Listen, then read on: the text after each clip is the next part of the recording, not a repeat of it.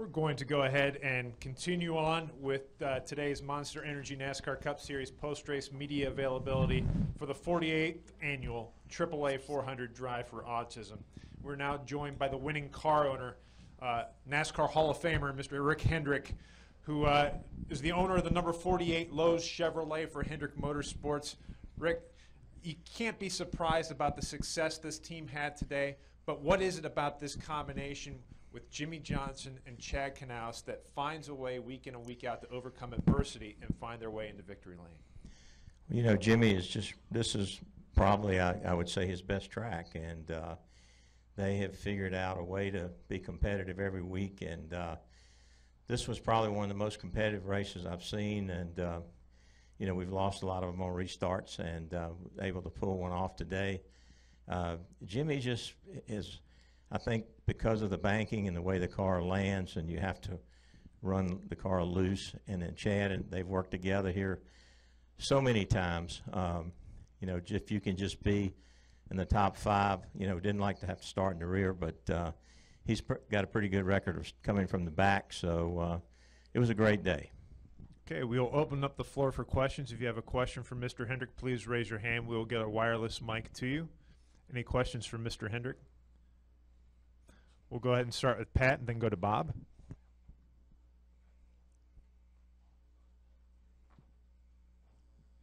Okay. Pat Cole on NASCAR.com. Rick, so many people have pointed to Jimmie's luck, but he's obviously very skilled. I mean, where is that balance in your mind?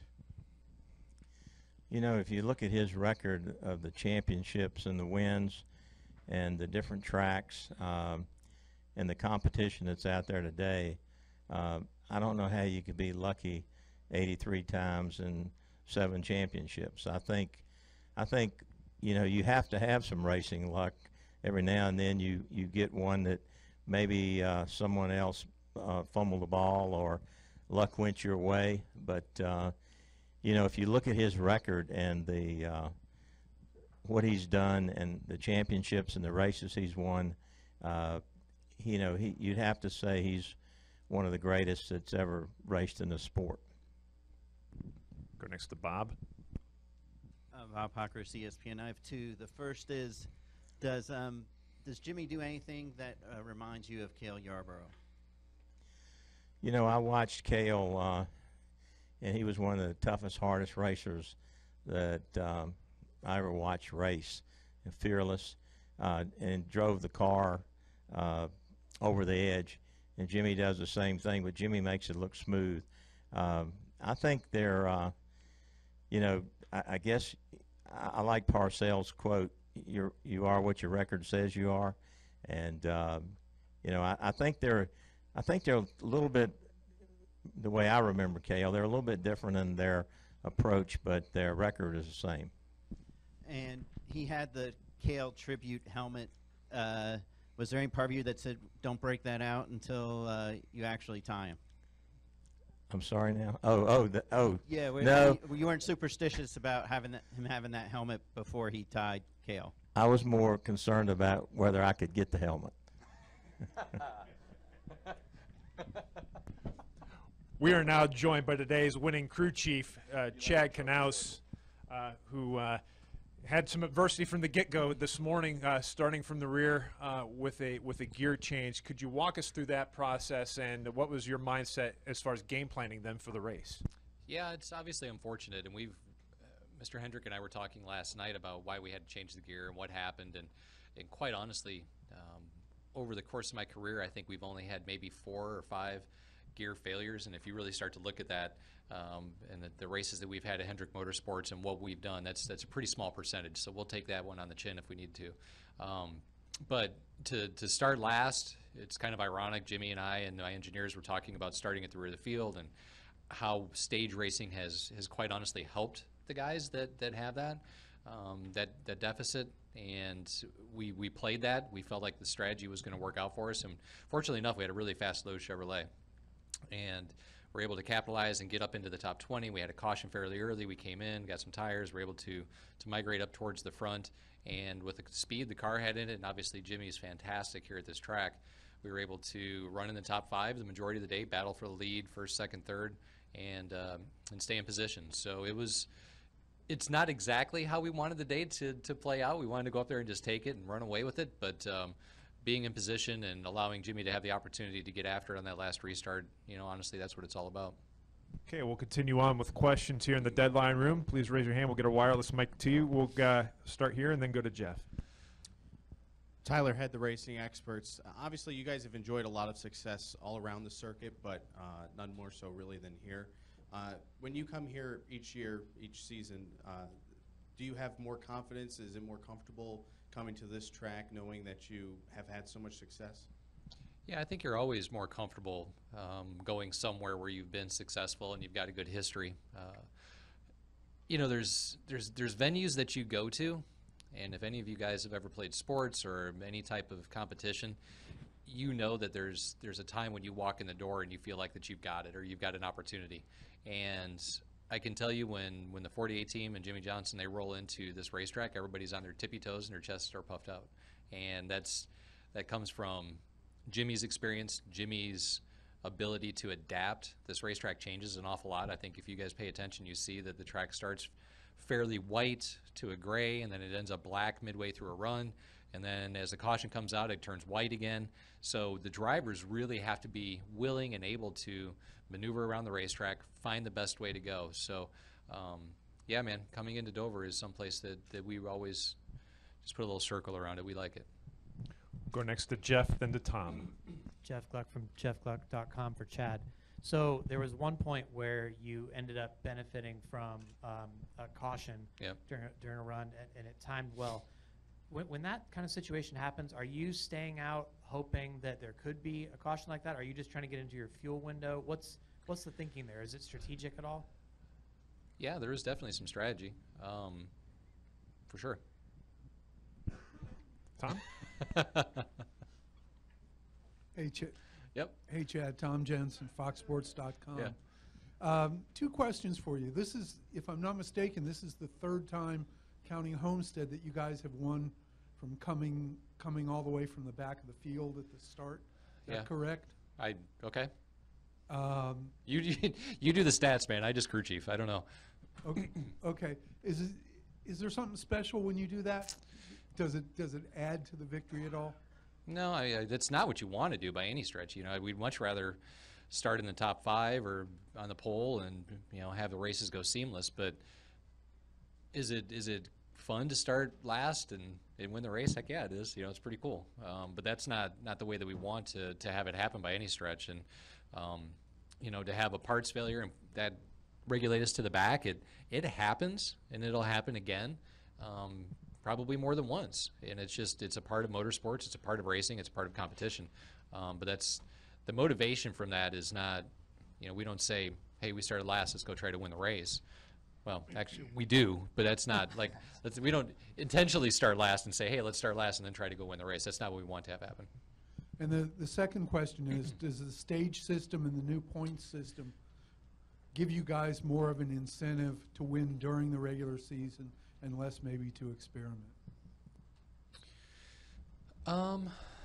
We definitely, I understand the stages and I understand how it all works. We come to the racetrack to try to win everything that we possibly can. We want to win practice, we want to sit on the pole for qualifying, we want to win every stage, and we want to win the race. So if there's a checkered flag to be had, the 48 is going to the racetrack to try to capture it.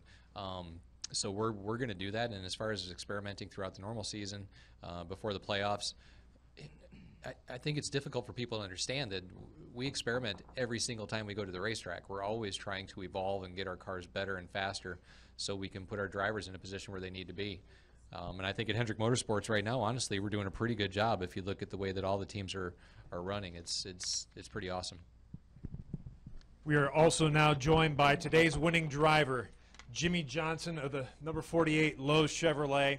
Jimmie won his 83rd Monster Energy NASCAR Cup Series race, tying him with NASCAR Hall of Famer Cale Yarborough for 6th on the all-time list. He also won his record 11th race here at Dover, becoming only the 3rd driver to win a race, 11 or more races at a single track. Those other 2 drivers are none other than Richard Petty and Dale Waltrip. Jimmie, you've proven yourself to be a legend already in many respects, but how in the world did you get that low Chevrolet up front when it mattered most on that final restart? Yeah, we had a fast car. Had to overcome quite a bit of adversity throughout the day, but we still had a great car. And honestly, it all came down to a restart. And I was able to get the power to the ground. I knew it was going to be extremely tricky on those old, hot, worn-out tires. And I just got a better restart is the way it turned out. Okay, we'll continue on with questions here. We'll go to Jerry, and then we'll move back.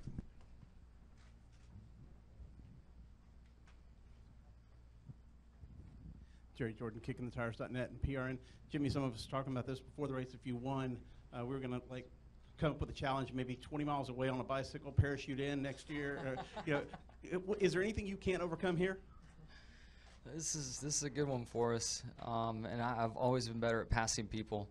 I think our stats from qualifying versus race wins really show that, and it's frustrating. We live in an environment where qualifying needs to be a priority, and we need better pit stall picks. But you put that rabbit out in front of me, and I'll chase it down. So it's just the way I've always been.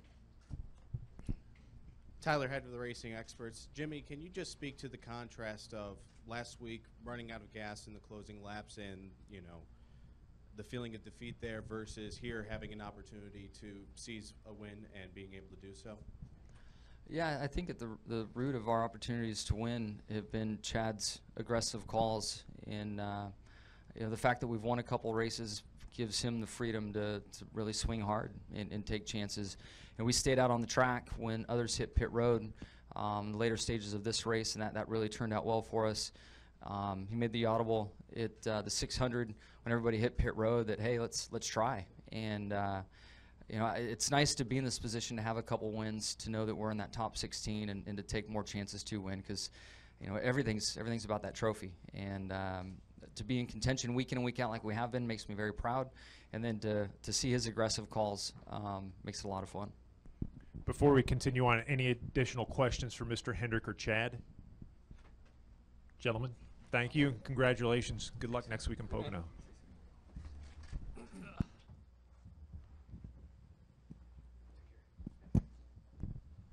We'll continue on here with questions for Jimmie, and we'll go to the back. Kyle Magda, Performance Motorsports Network. Jimmie, can you just talk a little bit about your restarts? It seems like your last couple wins, you've been better with them. Have you worked on anything in the past couple years to do that? Not really. I had one cost me $1 million a couple Saturdays ago. You win some, you lose some. It is so hard, and when you have that much horsepower under your right foot, it's so tough to give just the right amount of power. And I knew today's conditions were going to be extra tricky on hot tires, and then we're picking up all of the rubber that we had laid down on the track, and I got this one right. So you win some, you lose some. We'll go next to Bob, and then we'll go to Kelly. Bob Pockris, ESPN. Can you talk about the meaning of tying Cale's win mark, and also were you being presumptuous at all with the helmet, breaking it out before you had tied it? No, I mean, it was time for a new helmet. We're trying to increase our inventory of our helmets, and we had one coming in this weekend, and my helmet painter and I discussed doing a tribute helmet.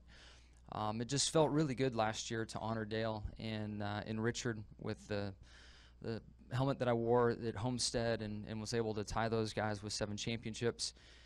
And just kind of opened my mind to the opportunity I have to help some younger fans and to honor Cale Yarborough, to help younger fans know the name, know the face.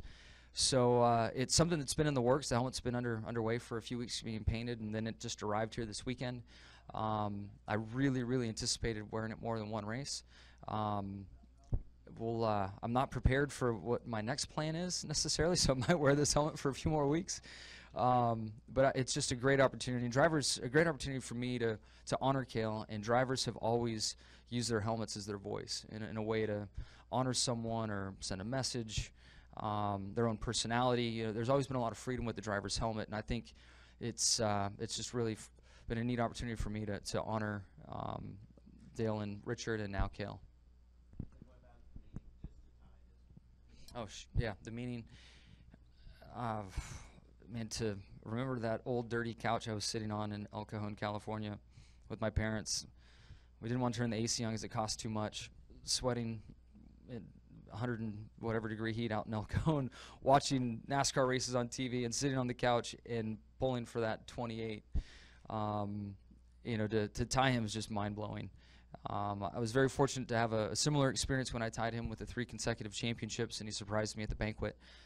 But to tie him at 83 wins, I swear to you, I only dreamed of winning a race, and to have 83 and to tie him is just absolutely mind blowing.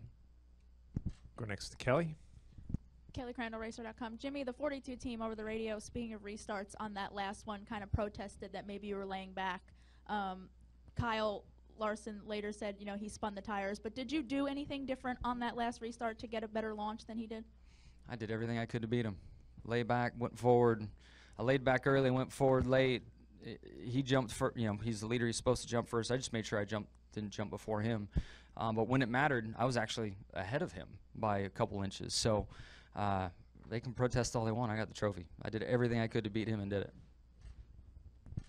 Additional questions down here. Let's go to Brant.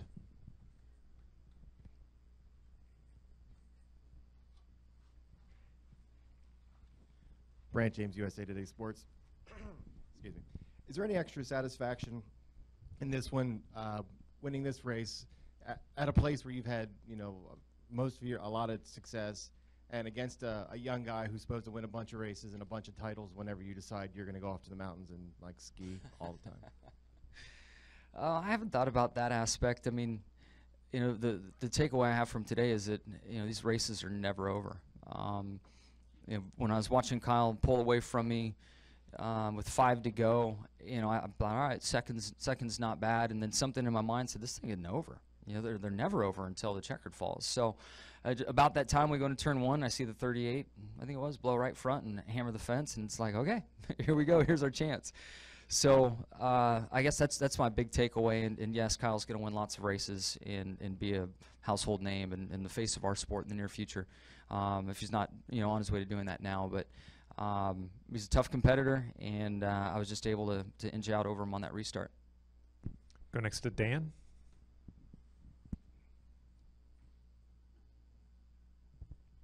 Dan Gelson, the Associated Press. What really was it about Cale that attracted him to you at such a young age? That's a great question. He reminded me of my grandfather a little bit in his personality, and so that was a takeaway or a reason that I've watched him and was into him. He won a lot when I was watching him race at that point in time, and then that 28 car just looked good. There was just something about it. The looks of the car, it looked mean, it was fast. He had that big crash, I think, at Talladega where almost went over the fence and the windshield blew out of it. For a young kid, there was just a lot about his personality, his driving style, his winning. I think my grandfather, there's something about his personality that carried over, and that between all those is why I was drawn to him. Any additional questions for Jimmie Johnson? Well, Jimmie, congratulations. Oh, do we have Bob? Were you confident you could, Bob Pockers, ESPN, were you confident you could have held off Larson if it went green the full 2 overtime laps? Once I heard clear, I took a deep breath and knew I was going to have my hands full. I hadn't been in clean air yet to know what my car would do, and I knew how hard it was to pass the 42 or the 78. So I was optimistic, but knew I needed to be on my game for those final 2 laps. So there was some concern. Well, Jimmie, congratulations and good luck next week in Pocono. Thanks, guys.